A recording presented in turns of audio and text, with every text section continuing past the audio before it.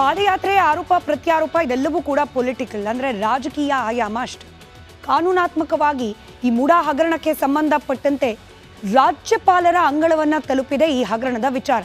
ಟಿ.ಜೆ. ಅಬ್ರಹಂ ಅವರು ಸಲ್ಲಿಸಿರ್ತಕ್ಕಂಥ ಅರ್ಜಿ, ಇದರ ವಿಚಾರಣೆಯನ್ನು ನಡೆಸ್ತಾ ಇದ್ದಾರೆ ರಾಜ್ಯಪಾಲರು.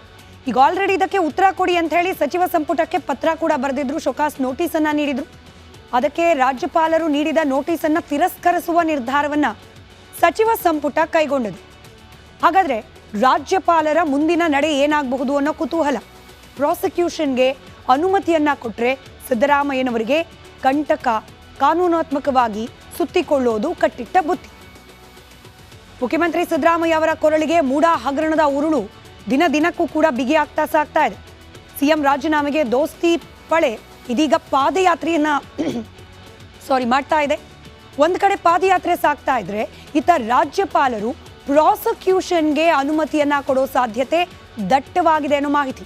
ಇನ್ಫ್ಯಾಕ್ಟ್ ಇವತ್ತು ಬೆಳಗ್ಗೆ 9 ಗಂಟೆಗೆ ರಿಪಬ್ಲಿಕ್ ಕನ್ನಡ ಬ್ರೇಕ್ ಮಾಡಿದ ಸುದ್ದಿ, ಬಲ್ಲ ಮೂಲಗಳ ಮಾಹಿತಿಯ ಪ್ರಕಾರ ಸದ್ಯಕ್ಕೆ ದೆಹಲಿಯಲ್ಲಿರುವ ರಾಜ್ಯಪಾಲರು ನಾಳೆಯೇ ಬೆಂಗಳೂರಿಗೆ ವಾಪಸ್ ಬಂದ ಸಂದರ್ಭದಲ್ಲಿ ನಾಳೆಯೇ ಮುಖ್ಯಮಂತ್ರಿ ಸಿದ್ದರಾಮಯ್ಯನವರ ವಿರುದ್ಧ ಪ್ರಾಸಿಕ್ಯೂಷನ್ಗೆ ಅನುಮತಿಯನ್ನ ನೀಡುವ ಸಾಧ್ಯತೆ ಇದೆ ಅಂತ ಹೇಳಲಾಗ್ತಾ ಇದೆ. ಇನ್ ಕೇಸ್ ರಾಜ್ಯಪಾಲರು ಪ್ರಾಸಿಕ್ಯೂಷನ್ಗೆ ಅನುಮತಿಯನ್ನ ಕೊಟ್ಟರೆ ಸಿದ್ದರಾಮಯ್ಯನವರಿಗೆ ಮೂಡಾ ಹಗರಣ ದೊಡ್ಡ ಸಂಕಷ್ಟವನ್ನ ತಂದೊಡ್ಡೋದು ಬಹುತೇಕ ಫಿಕ್ಸ್. ಮುಖ್ಯಮಂತ್ರಿಗಳ ವಿರುದ್ಧ ಪ್ರಾಸಿಕ್ಯೂಷನ್ಗೆ ಅನುಮತಿ ಕೊಟ್ಟರೆ ಸಿದ್ದರಾಮಯ್ಯನವರ ಮುಂದೆ ಎರಡೇ ಆಪ್ಷನ್. ಒಂದು, ನೈತಿಕ ಜವಾಬ್ದಾರಿಯನ್ನ ಮೆರೀತಾ ರಾಜೀನಾಮೆಯನ್ನ ಕೊಡಬೇಕಾಗತ್ತೆ, ಇಲ್ಲದೆ ಹೋದರೆ ಕಾನೂನು ರೀತಿಯಲ್ಲಿ ಹೋರಾಟವನ್ನ ಮಾಡಬೇಕಾಗತ್ತೆ. ನಾವು ಹಿಂದಿನ BS ಯಡಿಯೂರಪ್ಪನವರ ಪ್ರಕರಣವನ್ನು ಗಮನಿಸಿ ನೋಡಿದಾಗ ಇದೇ ರೀತಿಯಲ್ಲಿ ಸಾಗಿತ್ತು ಬಹುತೇಕ. ಅಂದರೆ ಆರೋಪಗಳ ಇಂಟೆನ್ಸಿಟಿ ಬೇರೆ ಇರಬಹುದು, ಆರೋಪಗಳ ಹಿಂದಿನ ಕೆಲ ಟೆಕ್ನಿಕಲ್ ಸಾಕ್ಷ್ಯಗಳು ಅಥವಾ ದಾಖಲೆಗಳು ಬೇರೆ ಇರಬಹುದು. ಆದರೆ ಮುಖ್ಯಮಂತ್ರಿ ಪದವಿಯಲ್ಲಿದ್ದ ಯಡಿಯೂರಪ್ಪನವರ ವಿರುದ್ಧವಾಗಿಯೂ ಕೂಡ ಅಂದಿನ ರಾಜ್ಯಪಾಲರಾದ ಹಂಸರಾಜ್ ಭಾರದ್ವಾಜ್ ಅವರು ಪ್ರಾಸಿಕ್ಯೂಷನ್ಗೆ ಅನುಮತಿಯನ್ನು ನೀಡಿದರು. ಸುಲಭ ಕೆಳಗಿಳಿದಿರಲಿಲ್ಲ. ಒಂದಷ್ಟು ಹೋರಾಟ, ಕೆಲವೊಂದಷ್ಟು ಸಮರ್ಥನೀಯ ಮಾತುಗಳು, ಇದೆಲ್ಲವೂ ಆದ ನಂತರದಲ್ಲಿ ತಮ್ಮ ಮುಖ್ಯಮಂತ್ರಿ ಪದವಿಯಿಂದ ಕೆಳಗಿಳಿಯಲೇಬೇಕಾದ ಪರಿಸ್ಥಿತಿಯಲ್ಲಿ ಯಡಿಯೂರಪ್ಪನವರಿದ್ದರು. ಅಂಥದ್ದೇ ಪರಿಸ್ಥಿತಿಗೆ ಬರ್ತಾರ ಸಿದ್ದರಾಮಯ್ಯನವರು? ಅಥವಾ ಕಾನೂನಾತ್ಮಕವಾಗಿ ನಾನು ಈ ಪ್ರಕರಣವನ್ನು ಪರಿಗಣಿಸಿ ಹೋರಾಟವನ್ನು ಮಾಡ್ತೇನೆ, ರಾಜೀನಾಮೆ ನೀಡೋದಿಲ್ಲ, ರಾಜೀನಾಮೆ ನೀಡಿದ್ರೆ ತಪ್ಪು ಮಾಡಿದ್ದೇನೆ ಅನ್ನೋದು ನಾನೇ ಒಪ್ಪಿಕೊಂಡಂತೆ ಆಗಬಹುದು ಅನ್ನೋ ಆಲೋಚನೆಯೊಂದಿಗೆ ರಾಜೀನಾಮೆಯನ್ನು ಕೊಡದೆ ಪ್ರಾಸಿಕ್ಯೂಷನ್ ಆದರೂ ಕೂಡ ತನಿಖೆಯನ್ನು ಎದುರಿಸಲಿಕ್ಕೆ ಕಾನೂನಾತ್ಮಕವಾಗಿ ಮುಂದಾಗ್ತಾರಾ ಸಿದ್ದರಾಮಯ್ಯನವರು? ಕಾದು ನೋಡಬೇಕು. ಪ್ರಾಸಿಕ್ಯೂಷನ್ಗೆ ಅನುಮತಿಯನ್ನ ಕೊಟ್ಟರೆ ಸಿದ್ದರಾಮಯ್ಯ ರಿಸೈನ್ ಮಾಡ್ತಾರಾ ಅನ್ನೋದು ಕೂಡ ಪ್ರಶ್ನೆ ಇದೆ. ಕಾನೂನಾತ್ಮಕವಾಗಿ ಹೋರಾಟ ಮಾಡಲಿಕ್ಕೆ ಹೈಕೋರ್ಟ್ನ ಮೊರೆ ಹೋಗ್ತಾರಾ? ಪ್ರಶ್ನೆ ಇದ್ದೇ ಇದೆ. ಕಾದು ನೋಡೋಣ ಯಾವ ತಿರುವನ್ನು ಪಡೆದುಕೊಳ್ಳುತ್ತೆ ಈ ಪ್ರಕರಣ ಅಂತ ಹೇಳಿ. ನಾಳೆ ಮುಖ್ಯಮಂತ್ರಿ ಸಿದ್ದರಾಮಯ್ಯ, ಇನ್ನು ಕಾಂಗ್ರೆಸ್ ಸರ್ಕಾರದಲ್ಲಿ ಆಗ್ತಾ ಇರುವ ಡೆವಲಪ್ಮೆಂಟ್ಸ್ ಬಗ್ಗೆ ಗಮನ ಕೊಡೋಣ. ಕಾಂಗ್ರೆಸ್ ಸರ್ಕಾರ ಹಾಗೆ ಸಿಎಂ ಸಿದ್ದರಾಮಯ್ಯ ವಿರುದ್ಧ ಇದೀಗ ದೋಸ್ತಿ ಪಾಳೆಯ ಸಮರ ಸಾರಿದೆ. ಮೂಡಾ ಹಗರಣ, ವಾಲ್ಮೀಕಿ ನಿಗಮದ ಭ್ರಷ್ಟಾಚಾರ, ಇದೆಲ್ಲವನ್ನ ಕೂಡ ವಿರೋಧಿಸ್ತಾ ದೋಸ್ತಿ ಪಾಳೆಯ ಪಾದಯಾತ್ರೆಯನ್ನ ನಡೆಸ್ತಾ ಇದೆ. ಪಾದಯಾತ್ರೆಯ 2ನೇ ದಿನ ಇವತ್ತು. ಪಾದಯಾತ್ರೆಯ ಉದ್ದಕ್ಕೂ ಕೂಡ ದೋಸ್ತಿ ಪಾಳೆಯದ ನಾಯಕರು ಕಾಂಗ್ರೆಸ್ ವಿರುದ್ಧ, ಮುಖ್ಯಮಂತ್ರಿ ಸಿದ್ದರಾಮಯ್ಯನವರ ವಿರುದ್ಧ ವಾಗ್ದಾಳಿಯನ್ನೇ ನಡೆಸಿದ್ದಾರೆ. ಅದರಲ್ಲೂ ಪಾದಯಾತ್ರೆ ಸಂದರ್ಭದಲ್ಲಿ DK ಶಿವಕುಮಾರ್ ಅವರಿಗೆ ಕೇಂದ್ರ ಸಚಿವ ಕುಮಾರಸ್ವಾಮಿ ಅವರು ಸವಾಲ್ ಕೂಡ ಹಾಕಿದ್ದಾರೆ. ಪಾದಯಾತ್ರೆ ಡೇ 2 ಹೇಗಿತ್ತು, ಜೊತೆಗೆ ಕುಮಾರಸ್ವಾಮಿ ಅವರ ಸವಾಲೇನು, ಈ ಕುರಿತಾದ ಒಂದು ವರದಿ ಇದೆ, ಗಮನಿಸಿ.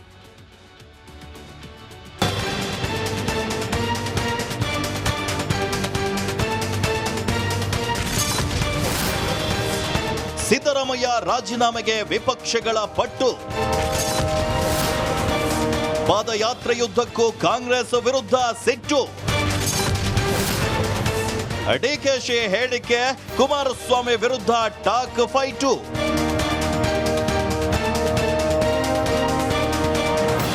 ಮೂಡಾ ಹಾಗೂ ವಾಲ್ಮೀಕಿ ಹಗರಣವನ್ನ ಖಂಡಿಸಿ ಸಿಎಂ ಸಿದ್ದರಾಮಯ್ಯರ ರಾಜೀನಾಮೆಗೆ ಆಗ್ರಹಿಸಿ ದೋಸ್ತಿ ನಾಯಕರು ನಡೆಸ್ತಾ ಇರುವಂತಹ ಪಾದಯಾತ್ರೆ 2ನೇ ದಿನಕ್ಕೆ ಕಾಲಿಟ್ಟಿದೆ.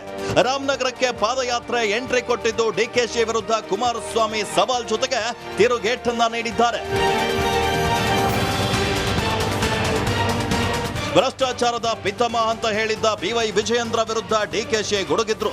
ಅವನದ್ದು ಏನಿದೆಯೋ ಎಲ್ಲವನ್ನ ಬಿಚ್ಚುತ್ತೀನಿ ಎಂದಿದ್ದ ಡಿಕೆಶಿಗೆ ಕುಮಾರಸ್ವಾಮಿ ತಿರುಗೇಟನ್ನು ನೀಡಿದ್ದಾರೆ. ವಿಜಯೇಂದ್ರರದ್ದು ಹಾಗೂ ನನ್ನದು ಏನೋ ಬಿಚ್ಚಿಡ್ತೀನಿ ಅಂದ್ಯಲ್ವಾ, ಬಿಚ್ಚಿಡಪ್ಪ, ನಾವಿರೋದು ರಸ್ತೆಯಲ್ಲಿ, ನೀನಿರೋದು ಗಾಜಿನ ಮನೆಯಲ್ಲಿ ಅಂತ ಡಿಕೆಶಿಗೆ ದಳಪತಿಗಳು ಸವಾಲ್ ಹಾಕಿದ್ದಾರೆ. ಅದಕ್ಕೆ ಅವ್ನಿಗೆ ಹೇಳ್ತಾ ಇರೋದು, ಅವನ್ ಇನ್ನ ಬಿಚ್ಚಿನಿ ಅವ್ರದ್ದು ಏನೇನು ಇದೆ ಎಲ್ಲ ವಿಚಾರಗಳನ್ನ ಭ್ರಷ್ಟಾಚಾರದ ಪಿತಾಮಹ ಏನು ಅಂತ ಹೇಳ್ಬೇಕು. ಪ್ರೆಸ್ ಕಾನ್ಫರೆನ್ಸ್ ಅಲ್ಲಿ ನಾನು ಭ್ರಷ್ಟಾಚಾರದ ಪಿತಾಮಹ ಅಂತ ಇನ್ಸಿಡೆಂಟ್ ಕೂಡ ಕೇಳಿ ಅವನಿಗೆ ತಾಕತ್ತಿದ್ರೆ, ಆ ಗಣಿಸಿದ್ರೆ ಅವನು ತಿಳ್ಸಕ್ ಕೇಳಿ, ಅವನಿಗೆ ಗೌರವ ಕೊಡ್ತೀನಿ ಒಬ್ಬ ಪಾರ್ಟಿ ಅಧ್ಯಕ್ಷ. ಏನು ಬಿಚ್ಚಿಯಪ್ಪ, ನಿನ್ನ ಹತ್ರ ಬಿಚ್ಚಕ್ಕೆ ಏನಿದೆ? ಅದೇನೋ ನೆನೆ ಹೇಳ್ಕೊಂಡಿದ್ದೀರಿ. ವಿಜೇಂದ್ರ ಅವ್ರದ್ದು ನಮ್ಮದು ಏನೋ ಬಿಚ್ಚಾರಂತಲ್ಲ, ಬಿಚ್ಚಪ್ಪ. ಇರೋದು ನಾವು ಬೀದಿಲಿ ನಿಮ್ಮ ಜೊತೆಲಿದ್ದೇವೆ, ಅವರಿರೋದು ಗಾಜಿನ ಮನೆ ಒಳಗೆ. ಅವ್ರು ನನ್ನನ್ನು ಪ್ರಶ್ನೆ ಮಾಡ್ತಾರ. ಇನ್ನು ಪಾದಯಾತ್ರೆಯಲ್ಲಿ ಭಾಗಿಯಾದ ಶಾಸಕ SR ವಿಶ್ವನಾಥ್ ಕೂಡ ಸಿಎಂ ರಾಜೀನಾಮೆಗೆ ಒತ್ತಾಯಿಸಿದ್ದಾರೆ. ನಮ್ಮ ಪಾದಯಾತ್ರೆಯಲ್ಲಿನ ಜನ ಬೆಂಬಲ ಕಾಂಗ್ರೆಸ್ನಲ್ಲೇ ಕಂಪನ ತಂದಿದೆ. ನಮ್ಮ ಪಾದಯಾತ್ರೆ ಈಗಾಗಲೇ ಸಕ್ಸಸ್ ಆಗಿದೆ ಎಂದಿದ್ದಾರೆ. ನಾವು ಮೂಡ ಮತ್ತು ವಾಲ್ಮೀಕಿ ಹಗರಣ ಏನಿತ್ತು ಇದನ್ನು ಮೊದಲನೇದಾಗಿ ನಮ್ಮ ಶಾಸಕಾಂಗ ಪಕ್ಷದಲ್ಲಿ ತೀರ್ಮಾನ ಮಾಡಿ ವಿಧಾನಸಭೆಯಲ್ಲಿ ನಾವು ಇದರ ಬಗ್ಗೆ ಹೋರಾಟವನ್ನು ಮಾಡಬೇಕು ಅಂತೇಳಿ ವಾಲ್ಮೀಕಿ ಹಗರಣದ ಬಗ್ಗೆ ವಿಸ್ತೃತವಾದಂಥ ಹೋರಾಟ ಮತ್ತು ಅಲ್ಲೆಲ್ಲ ಕೂಡ ನಾವು ಮಂಡಿಸಿದಾಗ ಸರ್ಕಾರ ಕೂಡ ಸರಿಯಾದ ರೀತಿಯಂಥ ಉತ್ತರವನ್ನು ಕೊಡಲಿಲ್ಲ. ಇದರಲ್ಲಿ ಯಾರ್ದು ಮಂತ್ರಿಗಳದಾಗಲಿ ಶಾಸಕರದ್ದು ತಪ್ಪಿಲ್ಲ ಅಂತೇಳಿ ಅವ್ನು ಉಳಿಸ್ಕೊಳ್ತಕ್ಕಂಥ ಒಂದು ಪ್ರಯತ್ನವನ್ನು ಮಾಡಿದ್ರು. ಅದಾದಮೇಲೆ ನಾವು ಮೂಡ ಹಗರಣ, ಯಾಕಂದರೆ ಮುಖ್ಯಮಂತ್ರಿಗಳದೇ ಹೆಸರಿರೋದ್ರಿಂದ ಮತ್ತು ಭಾಳ ದೊಡ್ಡ ಹಗರಣ ಇದಾಗಿರೋದ್ರಿಂದ ನೈತಿಕ ಹೊಣೆಯನ್ನು ಹೊತ್ತು ರಾಜೀನಾಮೆಯನ್ನು ಕೊಡಬೇಕು, CBI ಕೊಡಬೇಕು ಅಂತಕ್ಕಂಥ ಒತ್ತಾಯವನ್ನು ಮಾಡಿದಾಗ ಇತ್ತ ದೋಸ್ತಿಗಳ ಪಾದಯಾತ್ರೆಗೆ ಟಕ್ಕರ್ ಕೊಡಲು ಕಾಂಗ್ರೆಸ್ ಕೌಂಟರ್ ಯಾತ್ರೆಯನ್ನು ನಡೆಸಿದೆ. ಚನ್ನಪಟ್ಟಣದಲ್ಲಿ ಕಾಂಗ್ರೆಸ್ ಜನಾಂದೋಲನ ಸಮಾವೇಶ ನಡೆಸಿತ್ತು. ಚನ್ನಪಟ್ಟಣದಲ್ಲಿ ಕಾಂಗ್ರೆಸ್ ಶಕ್ತಿ ಪ್ರದರ್ಶನ ಮಾಡಿದ್ದು ದೋಸ್ತಿಗಳಿಗೆ ಟಕ್ಕರ್ ನೀಡಿದ್ದಾರೆ. ಆಡಳಿತ ಪಕ್ಷ ಹಾಗೂ ವಿಪಕ್ಷಗಳು ಹೇಗೆ ಬೀದಿಗಿಳಿದಿದ್ರೆ ಜನಸಾಮಾನ್ಯರ ಗತಿ ಏನು ಎಂಬ ಮಾತು ಕೂಡ ಚರ್ಚೆಯಾಗ್ತಾ ಇದೆ. ಇವರ ಈ ಸಮರದಲ್ಲಿ ಯಾರಿಗೆ ಗೆಲುವು ಸಿಗುತ್ತೆ ಅಂತ ಕಾದ್ ನೋಡಬೇಕಿದೆ. Bureau report, Republic Kannada.